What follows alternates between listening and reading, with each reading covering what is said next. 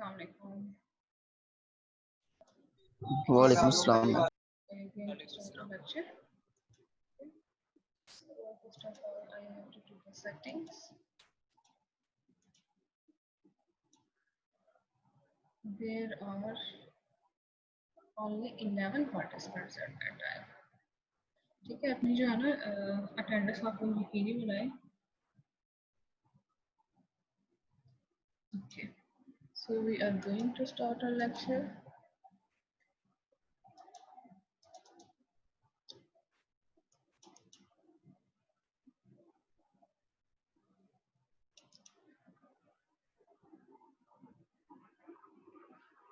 Okay, this is unit number 4, that is chemical bonding.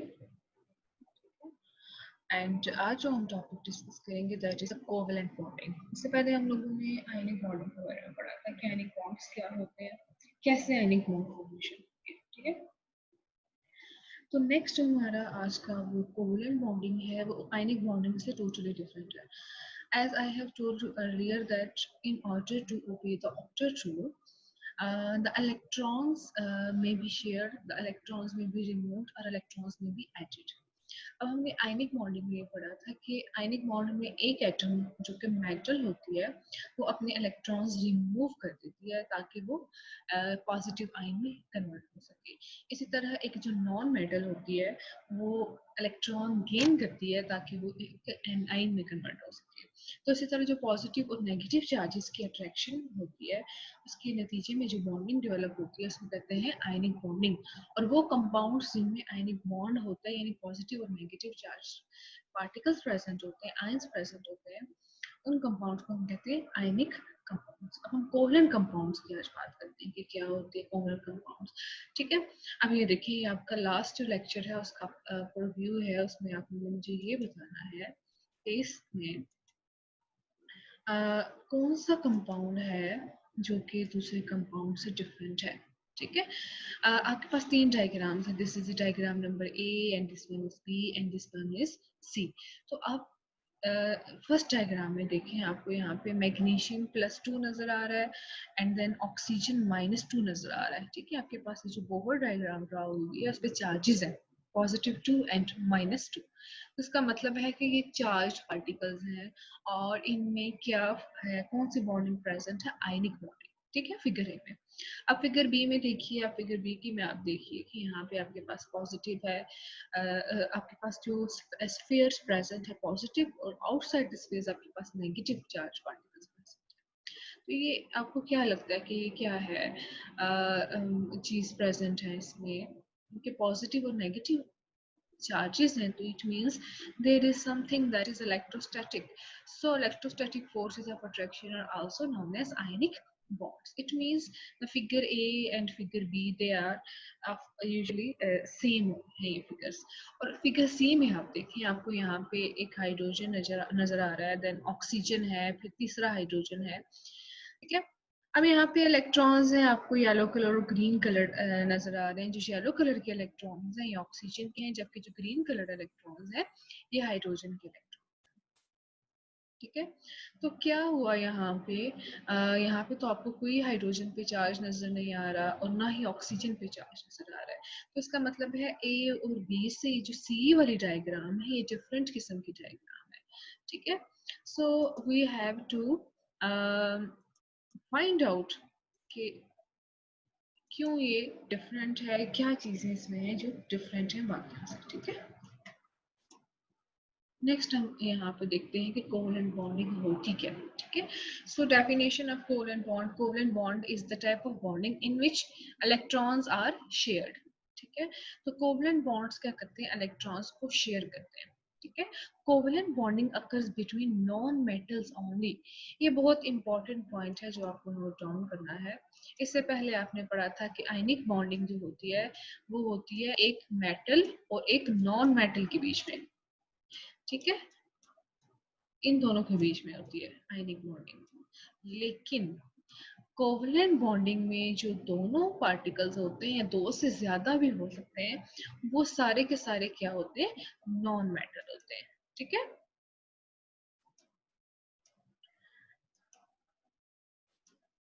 You can see here the covalent bonding occurs between the non-metals only. ठीक है, for example हमारे पास एक famous non metal है hydrogen, जिसका atomic number होता है 1।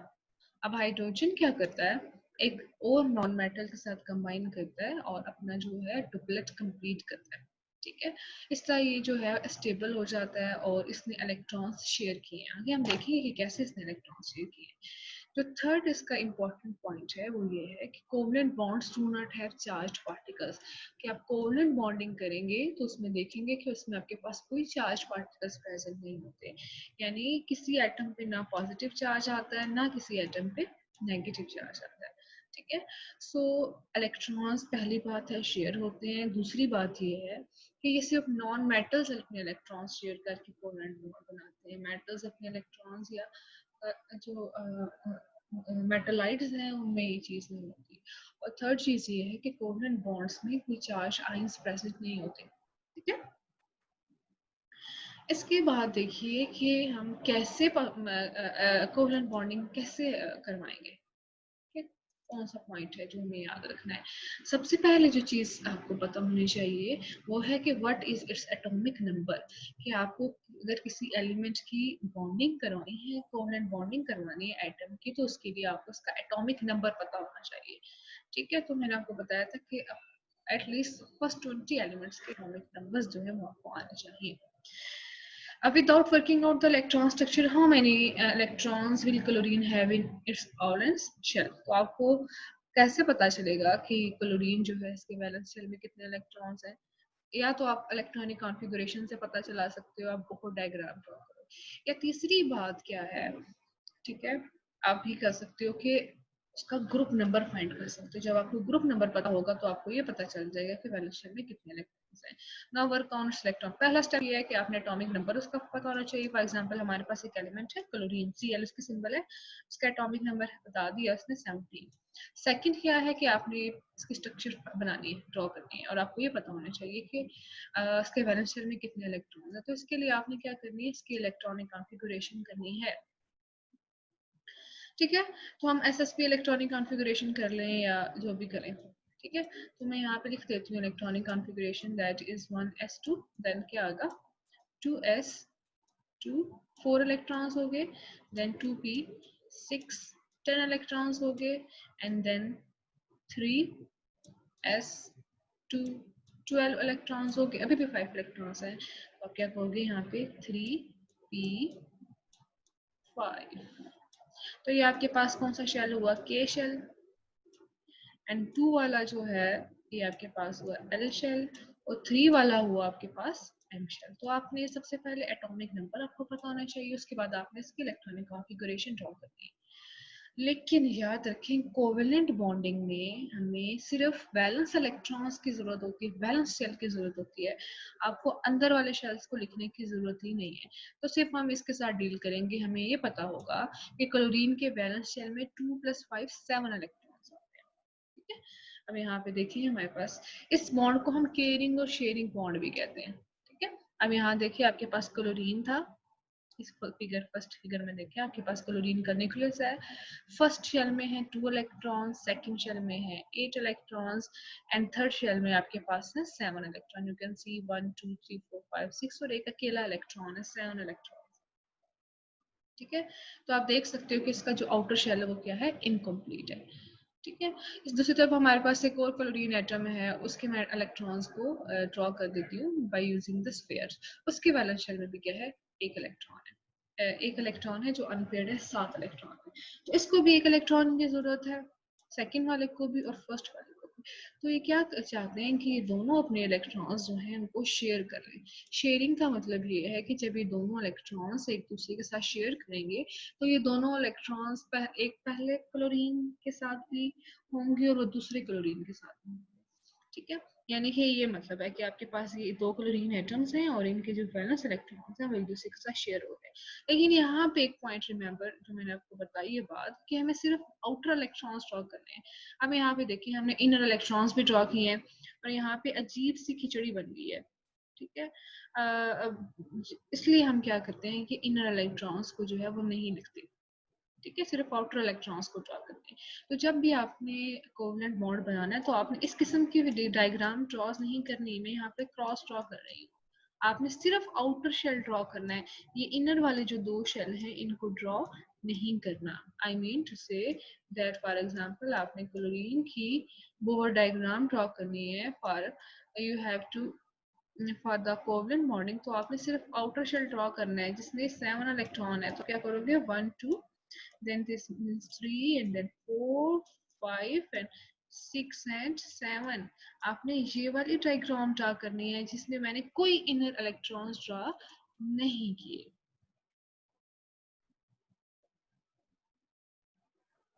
नकीब Rahman, I didn't understand the question. Cl एक electron gain भी तो कर सकता है, G इलेक्ट्रॉन गेन भी कर सकता है, ठीक है, वो किसी मेटल से इलेक्ट्रॉन गेन करेगा। लेकिन कोवलेंट बॉन्डिंग में शेयरिंग होती है इलेक्ट्रॉन्स की, ठीक है, तो उसमें शेयरिंग करेगा ये दूसरे एटम के साथ, गेन भी कर सकता है, ये शेयर भी कर सकता है, ठीक है। अगर ये मेटल के साथ कंबाइन करेगा तो गेन करेगा, अगर नॉन मेटल के साथ कंबाइन करेगा तो इलेक्ट्रॉन्स को शेयर करेगा। नेक्स्ट स्लाइड हम देखते हैं। ओके, अब यहाँ पे आपके पास ए डायग्राम है, डायग्राम ए, एंड देन है आपके पास डायग्राम बी। तो आपने ये बताना है कि इनमें से कौन सी डायग्राम है जो ज्यादा क्लियर है। तो यहाँ पे देखिए ऑल दो इलेक्ट्रॉन्स शेयर हुए हैं, लेकिन यहाँ पे इनर इलेक्ट्रॉन्स की प्रेजेंस की वजह से आपको कोई क्लियर पता नहीं चल रहा कि कौन से इलेक्ट्रॉन्स शेयर हुए हैं, कैसे बॉन्डिंग हुई है। तो हमेशा बी वाली डायग्राम ड्रा करें, जिसमें ये जो आपके पास पहला क्लोरीन है, ये मैं यहाँ पे 1 लिख रही हूँ इसके साथ, इसके इलेक्ट्रॉन्स जो है मैं स्फीयर्स वाले सर्कल्स वाले इलेक्ट्रॉन्स जो हैं ये है फर्स्ट क्लोरीन के, ठीक है, 7 इलेक्ट्रॉन हैं। और आपके पास ये जो स्टार वाले इलेक्ट्रॉन्स हैं क्लोरीन नंबर 2 के हैं। तो देखिए आपके पास 1 देन 2 3 4 5 6 एंड 7 इलेक्ट्रॉन्स हैं पहले क्लोरीन के, और 7 ही इलेक्ट्रॉन्स हैं सेकंड क्लोरीन के। तो ये 7 इसके अपने इलेक्ट्रॉन होंगे, 8वां इलेक्ट्रॉन जो ये स्टार वाला है, तो इसके 8 इलेक्ट्रॉन क्लोरीन के पूरे हो जाते हैं। इसी तरह सेकंड क्लोरीन के 7 अपने इलेक्ट्रॉन और 8वां ये वाला इलेक्ट्रॉन स्फेरिकल, तो इस सेकंड क्लोरीन के भी 8 इलेक्ट्रॉन्स पूरे हो जाते हैं, ठीक है। सो एज अ रिजल्ट दोनों क्लोरीन जो हैं वो क्या करते हैं। Yes Abdullah bin Rauf, you are correct, the figure diagram B is correct, more clearer, okay. So we have to draw the diagram B, not diagram A, while writing the structures, electron dot and cross structures of covalent compounds, okay. अब यहाँ पे देखें, we do not need to draw the inside shells on the dot and cross diagram। तो ये बात आपने बहुत अपने दिमाग में बैठा लेनी है कि हमें किसी सूरत इनर इलेक्ट्रॉन्स नहीं ड्रॉ करने, इनर शेल्स नहीं ड्रॉ करने। जी और एलिमेंट के साथ भी शेयरिंग हो सकती है, लेकिन शर्त यह है कि वो नॉन मेटल हो, नॉन मेटल्स आपस में शेयरिंग करेंगे। बहुत सारी एग्जांपल्स हैं, आपको आगे क्लियर हो जाएगा, ठीक है। अब ये देखें ड्राइंग कोवेलेंट बॉन्ड्स। हम कोवेलेंट बॉन्ड्स कैसे ड्रॉ करते हैं, हमारे पास दो तरीके हैं कोवेलेंट बॉन्ड्स ड्रॉ करने के। आप क्या करें, electron dot and cross structure draw करें।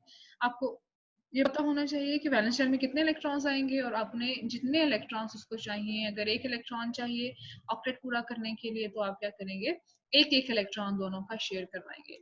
तो इसके नतीजे में आपके पास क्या बनता है, इस तरह की डायग्राम डेवलप होती है। इसको हम क्या कहते हैं, डॉट एंड क्रॉस डायग्राम। ये याद रखना है आपने, बहुत इंपॉर्टेंट है according to the board point of view. और कोवेलेंट बॉन्ड से लॉन्ग क्वेश्चन भी आता है। या दूसरा क्या तरीका है, आप सॉलिड लाइन ड्रॉ करते हैं, ठीक है। ये जो सॉलिड लाइन आपके पास होती है किसको शो करती है, कोवेलेंट बॉन्ड को। फॉर एग्जांपल क्लोरीन और क्लोरीन ने अपना एक इलेक्ट्रॉन शेयर किया था, तो इसके नतीजे में इनके दरमियान में जो कोवेलेंट बॉन्ड बना है उसको एक सिंगल डॉटेड लाइन से शो किया गया, ठीक है। सो these are the two methods that are used to in order to draw the covalent bond। Abdullah bin Rauf, Cl के साथ हाइड्रोजन में शेयर करेगा या हाइड्रोजन अपना इलेक्ट्रॉन लूज कर देगा। जी हाइड्रोजन के साथ ये शेयरिंग कर सकता है, ठीक है, हाइड्रोजन के साथ ये इलेक्ट्रॉन्स जो है वो शेयर करेगा। यहाँ पे देखिए आपके पास एक हाइड्रोजन है ना, इसके वैलेंस शेल में एक इलेक्ट्रॉन है। अगर मैं ऐसे करके ड्रॉ करूँ, ये आपके पास इलेक्ट्रॉन इसका ये, ठीक है। और Cl है, तो Cl में इसके पास कितने इलेक्ट्रॉन्स हैं, आपके पास है 7 इलेक्ट्रॉन्स। यहाँ पे 1 then 2 3 4 5 6 एंड 7। तो ये दोनों अपने इलेक्ट्रॉन्स शेयर कर रहे हैं, तो आपके पास बनता है H और Cl, इन दोनों के बीच में कोवलेंट बॉन्ड ड्रॉ होता है ये। अच्छा, यहाँ पे हाइड्रोजन अपना इलेक्ट्रॉन लूज नहीं करेगा। क्यों लूज नहीं करेगा? क्योंकि ये दोनों नॉन मेटल्स हैं, और नॉन मेटल्स जो हैं वो इलेक्ट्रॉन्स लूज नहीं करेंगे। इस केस में दोनों नॉन मेटल्स अपने इलेक्ट्रॉन्स को शेयर करेंगे। अच्छा, कोवलेंट बॉन्ड्स की टाइप्स भी हैं, वो हम आगे जाके पढ़ेंगे, ठीक है। ओके, हमारे पास एक एग्जांपल है यहाँ, ये देखिए पीछे जो आपने क्वेश्चन पूछा था, ठीक है। अब्दुल्ला बिन रऊफ एंड अब्दुल रहमान, ठीक है। मैं आपको यहाँ बता देती हूँ। यहाँ पे देखिए आपके पास एक एलिमेंट है हाइड्रोजन। हाइड्रोजन का एटॉमिक नंबर होता है 1 और इसके वैलेंस शेल में एक ही इलेक्ट्रॉन होता है। तो इसका ये इलेक्ट्रॉन जो है वो एक आपको एक डॉट से शो हो रहा है, ठीक है, ये वाला इलेक्ट्रॉन। अब हमारे पास दूसरा जो एलिमेंट है वो है Cl। Cl का साइज बड़ा होता है, ठीक है, क्योंकि इसका एटॉमिक नंबर मैथ बढ़ जाता है। तो उसका जो एटॉमिक नंबर है वो है 17 और ग्रुप नंबर 7A से बिलोंग करता है। तो इसके वैलेंस शेल में 7 इलेक्ट्रॉन्स है, ठीक है। You can count it, this is the number 1 and number 2 3, ठीक है, देन 4 5 6 एंड 7। सो अब देखिए इसके पास 7 इलेक्ट्रॉन्स हैं, तो इसको एक इलेक्ट्रॉन चाहिए ताकि ये अपना ऑक्टेट कंप्लीट कर ले। तो ये इसको एक इलेक्ट्रॉन चाहिए, वो एक इलेक्ट्रॉन किसके साथ शेयर करेगा? हाइड्रोजन के साथ। अब ये जब दोनों के इलेक्ट्रॉन्स शेयर हो जाएंगे, आप नेक्स्ट देखिए, इस तरह की एक डायग्राम डेवलप होती है। अब हाइड्रोजन का ये इलेक्ट्रॉन है और ये वाला क्लोरीन का इलेक्ट्रॉन है। अब ये जो एक बॉन्ड बना है, ये दोनों इलेक्ट्रॉन्स इस हाइड्रोजन से भी बिलोंग करेंगे, ठीक है, और ये दोनों इलेक्ट्रॉन्स इस Cl से भी बिलोंग करेंगे। अब हाइड्रोजन है, हाइड्रोजन एक ऐसा एलिमेंट है जो 8 इलेक्ट्रॉन्स नहीं कंप्लीट कर सकता है, ट्रिपलेट रूल को फॉलो करता है, ठीक है। तो हाइड्रोजन जो है इसका अपना एक इलेक्ट्रॉन और दूसरा क्लोरीन का इलेक्ट्रॉन, एक डॉट वाला एक क्रॉस वाला इलेक्ट्रॉन। तो ये हाइड्रोजन के वैलेंस शेल में कितने इलेक्ट्रॉन्स आ गए? अब after sharing of electron 2 electrons आ गए। और Cl में 7 इसके अपने इलेक्ट्रॉन थे, 8वां जो है वो हाइड्रोजन वाला, तो इसके भी ऑक्टेट कंप्लीट हो गया, इसके वैलेंस शेल में आ गए 8 इलेक्ट्रॉन। तो यू कैन सी हाइड्रोजन और क्लोरीन के बीच में जो बॉन्डिंग है इसको शो किया गया है एक सॉलिड लाइन से। सो यू कैन आप इस तरह भी ड्रॉ कर सकते हो, और सेकंड जो डायग्राम है इस तरह भी कोवलेंट बॉन्ड को ड्रॉ कर सकते हो, ओके। हाइड्रोजन का तो ऑक्टेट होता ही नहीं, हाइड्रोजन डुप्लेट रूल को फॉलो करता है। मैंने आपको बताया था कि वो एलिमेंट जिनका एटॉमिक नंबर 1 और 2 और 3 और 4 होता है, वो ऑक्टेट रूल को फॉलो कर ही नहीं सकते, क्योंकि उनके पास शेल ही कौन सा होता है? के शेल होता है, और के शेल में आई 2 इलेक्ट्रॉन्स होते हैं, ठीक है। तो अगर वैलेंस शेल में 2 इलेक्ट्रॉन्स होंगे इनके, तो वो कंप्लीट होगा। 8 इलेक्ट्रॉन आप किसी सूरत नहीं डाल सकते ना, आ ही 2 सकते हैं। तो वो 2 ही, जब वो शेल कंप्लीट हो जाएगा उसका, तो वो डुप्लेट रूल को फॉलो करेगा। तो हाइड्रोजन ऑक्टेट रूल को फॉलो नहीं करता, हाइड्रोजन डुप्लेट रूल को फॉलो करता है, सही है।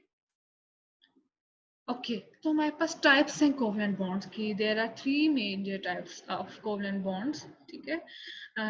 The number 1 is the single covalent bond. Okay, so single covalent bond की डेफिनेशन क्या है? सिंगल कोवलेंट बॉन्ड, अपनी बुक्स प्लीज खोल लीजिए। Single covalent bond is a type of bond in which only one electron pair is shared between two or more than two atoms. One electron pair, one electron pair mean 2 electrons होते हैं जो कि share होते हैं 2 atoms के बीच में। Hydrogen एक non metal है, hydrogen is not a metal, hydrogen is a non metal, okay. Non metal के साथ कंबाइन करके कोवलेंट बॉन्ड बनाती है, ये याद रखें। अब कोवलेंट बॉन्ड में कोई मेटल नहीं होती, ना पहला एटम मेटल होता है ना दूसरा एटम मेटल होता है, सब नॉन मेटल, ठीक है। अब हमारे पास एक एलिमेंट है फ्लोरीन, उसकी सिंबल होती है F। अब फ्लोरीन का जब हम ड्रॉ करते हैं तो हमें ये पता चलता है, क्योंकि फ्लोरीन कौन से ग्रुप से बिलोंग करता है? Fluorine belongs to the group 7A। तो ग्रुप नंबर ये बताता है हमें कि वैलेंस शेल में कितने इलेक्ट्रॉन्स हैं। एक ग्रुप 7A से बिलोंग करता है, तो इसका मतलब है इसके वैलेंस शेल में 7 इलेक्ट्रॉन है। तो फ्लोरीन के जो वैलेंस 7 इलेक्ट्रॉन्स है वो मैंने ड्रॉ कर दिए हैं, ठीक है। This is the number 1, then 2 3 4 5 6 and 7। अब इसको एक इलेक्ट्रॉन चाहिए ताकि अपना ऑक्टेट कंप्लीट करे, ठीक है। तो ये क्या करेगा? एक और फ्लोरीन के साथ दूसरे के साथ जो है इलेक्ट्रॉन को शेयर करेगा। तो देखिए दूसरे फ्लोरीन के पास भी 7 इलेक्ट्रॉन है, तो ये दोनों इलेक्ट्रॉन्स क्या होते हैं, आपस में शेयर हो जाते हैं और इस शेयरिंग को यहाँ पे एक डॉटेड लाइन, एक सॉलिड लाइन से शो किया गया है। अब आप देखें इसके अपने पहले 7 इलेक्ट्रॉन है जो कि सर्कल्स वाले हैं और एक क्रॉस वाला इलेक्ट्रॉन जो फ्लोरीन दूसरे फ्लोरीन का है, तो इसका ऑक्टेट कंप्लीट हो गया, इसके पास अब हो गए 8 इलेक्ट्रॉन्स। अब इस सेकंड वाले फ्लोरीन के अपने ग्रीन 7 इलेक्ट्रॉन है और एक ब्राउन कलर का इलेक्ट्रॉन है जो पहले फ्लोरीन का है, तो इसके भी 8 इलेक्ट्रॉन्स कंप्लीट हो गए। अब ये दोनों क्या कर रहे हैं, कौन सा रूल को फॉलो कर रहे हैं, ऑक्टेट रूल को फॉलो कर रहे हैं। तो याद रखिए सिंगल कोवलेंट बॉन्ड में only 1 electron pair is shared between 2 atoms.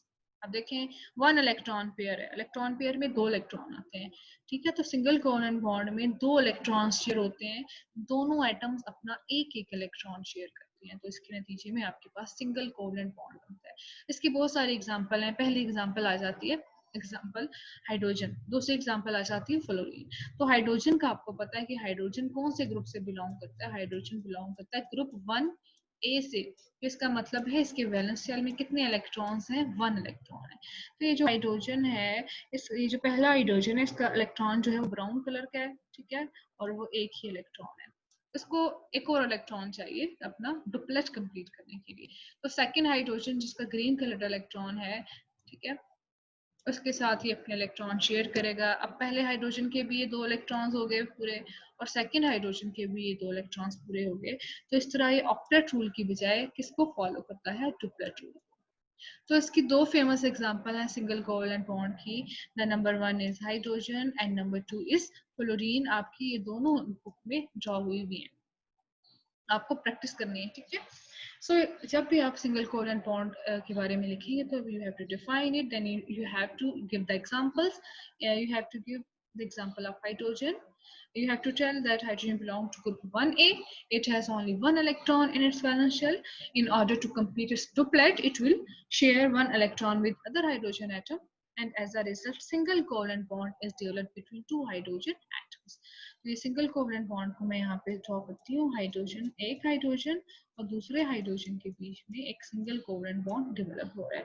इसी तरह एक फ्लोरीन एटम और सेकंड फ्लोरीन एटम के बीच में सिंगल कोवलेंट बॉन्ड डेवलप हो रहा है। तो इस तरह आपके पास क्या डेवलप होता है, सिंगल कोवलेंट बॉन्ड। याद रखें सिंगल कोवलेंट बॉन्ड्स ऐसे नॉन मेटल्स में होता है जिनको अपना ऑक्टेट कंप्लीट करने के लिए सिर्फ एक इलेक्ट्रॉन की जरूरत होती है, लेकिन जरूरी नहीं है कि ऑक्टेट को कंप्लीट करने के लिए एक इलेक्ट्रॉन की जरूरत हो, ठीक है। So depending upon the number of single is possible, no, सिर्फ हाइड्रोजन में पॉसिबल नहीं है, बहुत सारे एटम्स हैं जिनमें प्रेजेंट होती है। मैं आपको एग्जांपल दे देती हूँ कि कौन कौन से एटम्स हैं जिनमें सिंगल कोवलेंट बॉन्ड होता है। इसके लिए आपको ड्रॉ करना पड़ेगा पहले, फिर आपको पता चलेगा, लेकिन मैं आपको बता देती हूँ कि कौन कौन से एटम्स में प्रेजेंट होता है। हाइड्रोजन और हाइड्रोजन में सिंगल कोवलेंट बॉन्ड होता है, मैं यहाँ लिख रही हूँ। देन आपके पास है फ्लोरीन एंड फ्लोरीन में सिंगल कोवलेंट बॉन्ड है। देन आपके पास क्लोरीन और क्लोरीन में सिंगल कोवलेंट बॉन्ड है। देन आपके पास आयोडीन और आयोडीन में सिंगल कोवलेंट बॉन्ड है। देन आपके पास ब्रोमीन और ब्रोमीन में सिंगल कोवलेंट बॉन्ड है, यानी ग्रुप 7A के सारे एलिमेंट्स पे सिंगल कोवलेंट बॉन्ड होता है। इसके अलावा आपके पास HCl में सिंगल कोवलेंट बॉन्ड होता है।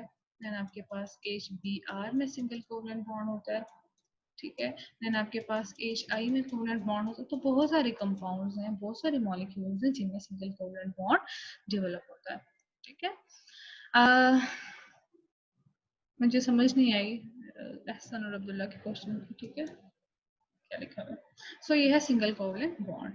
अब सेकंड जो टाइप है वो कोवलेंट बॉन्ड की पीरियोडिक टेबल सारा याद करना है, नो सारा बेटा याद करने की जरूरत नहीं, फर्स्ट 20 एलिमेंट्स आपको चाहिए पता, ठीक है।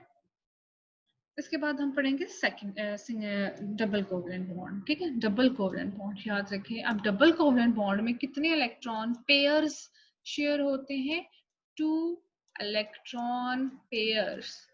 एक पेयर में 2 इलेक्ट्रॉन है तो 2 पेयर में कितने इलेक्ट्रॉन आएंगे, 4 इलेक्ट्रॉन, 4 इलेक्ट्रॉन शेयर होते हैं, ठीक है। तो इसकी फेमस एग्जांपल आ जाती है ऑक्सीजन, ठीक है। अब हमें पता है कि जो ऑक्सीजन है ये O2 की फॉर्म में एग्जिस्ट करती है, यानी इसमें दो ऑक्सीजन एटम एक दूसरे के साथ कंबाइन करते हैं। अब हमें कैसे पता चलेगा कि ऑक्सीजन में डबल कोवलेंट बॉन्ड डेवलप होगा या सिंगल कोवलेंट बॉन्ड डेवलप होगा? तो इसके लिए आपको इसका एटॉमिक नंबर पता होना चाहिए। हमें पता है कि ऑक्सीजन का एटॉमिक नंबर है 8। तो फर्स्ट शेल में कितने इलेक्ट्रॉन्स आ गए? 2 इलेक्ट्रॉन्स आ गए। और सेकंड शेल में कितने आ गए? 6। 8 इलेक्ट्रॉन पूरे हो गए। तो ये आपके पास के शेल आ गया और ये वाला कौन सा शेल आ गया? L shell. तो ये इनर शेल है, इनर शेल को ड्रॉ नहीं करना। आपने कौन से शेल को ड्रॉ करना है?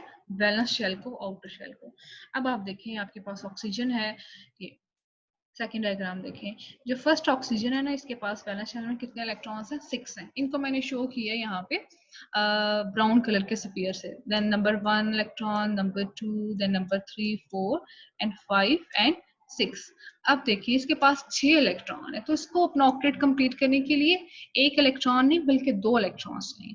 ठीक है, तो इसने 2 इलेक्ट्रॉन्स जो हैं वो शेयर करने हैं अपने, ताकि 6 इसके अपने इलेक्ट्रॉन और 2 इलेक्ट्रॉन शेयरिंग से इसके 8 इलेक्ट्रॉन्स पूरे हो जाएं। और फिर ये क्या करता है कि दूसरे ऑक्सीजन एटम के साथ कंबाइन करता है। आप देखिए पहले ऑक्सीजन के पास भी 6 हैं, दूसरे ऑक्सीजन के पास भी 6 इलेक्ट्रॉन है। अब सेकंड ऑक्सीजन के जो इलेक्ट्रॉन्स हैं, इसको मैं यहाँ पे ड्रॉ हुई हुए हैं, ये क्रॉस इलेक्ट्रॉन्स हैं जो कि 6 हैं, number 4 and number 5 and number 6। अब पहला जो ऑक्सीजन है ना, इसके 6 अपने इलेक्ट्रॉन है स्पेयर वाले, और 2 इलेक्ट्रॉन्स कौन से हैं जो कि इसको सेकंड ऑक्सीजन देंगे। यहाँ पे देखें आपके पास मिडल में क्या डेवलप होता है? शेयरिंग होती है 4 इलेक्ट्रॉन से। आप देख सकते हैं 2 पेयर्स हैं, एक पहला ये पेयर है और दूसरा पेयर ये है। ठीक है, तो फर्स्ट बॉन्ड ये है और सेकंड बॉन्ड ये है। तो इसका मतलब है ऑक्सीजन और ऑक्सीजन में एक कोवलेंट बॉन्ड नहीं डेवलप होता, 2 कोवलेंट बॉन्ड डेवलप होते हैं, क्योंकि इसमें 2 पेयर्स या 4 इलेक्ट्रॉन्स शेयर हुए हैं। तो यहाँ पे इसीलिए इसने फर्स्ट ऑक्सीजन और सेकंड ऑक्सीजन के बीच में 2 कोवलेंट बॉन्ड ड्रॉ किए हैं। This is the number 1। ऊपर वाली जो सॉलिड लाइन है, नीचे वाली जो सॉलिड लाइन है, ये नंबर 2। तो इसका मतलब है ऑक्सीजन मॉलिक्यूल में डबल कोवलेंट बॉन्ड प्रेजेंट होता है। याद रखें, डबल कोवलेंट बॉन्ड्स में कितने इलेक्ट्रॉन पेयर्स शेयर्ड होते हैं? 2 electron pairs are shared. Okay, so it is the example of double covalent bond. Yes, all covalent bonds have structure like this. ठीक है, डिपेंडिंग अपॉन, 2 से ज्यादा भी एटम हो सकते हैं। ये मैं आपको सबसे इजीएस्ट एग्जांपल्स दे रही हूँ, 2 इसमें। ठीक है, तो अगर किसी को 2 इलेक्ट्रॉन्स चाहिए ऑक्टेट पूरा करने के लिए, तो उसमें डबल कोवलेंट बॉन्ड डेवलप होता है। ठीक है, तो ऑक्सीजन को 2 इलेक्ट्रॉन्स चाहिए, तो इसने सिंगल बॉन्ड नहीं यहाँ पे बनाया, इसने डबल कोवलेंट बॉन्ड यहाँ पे डेवलप किया। ओके,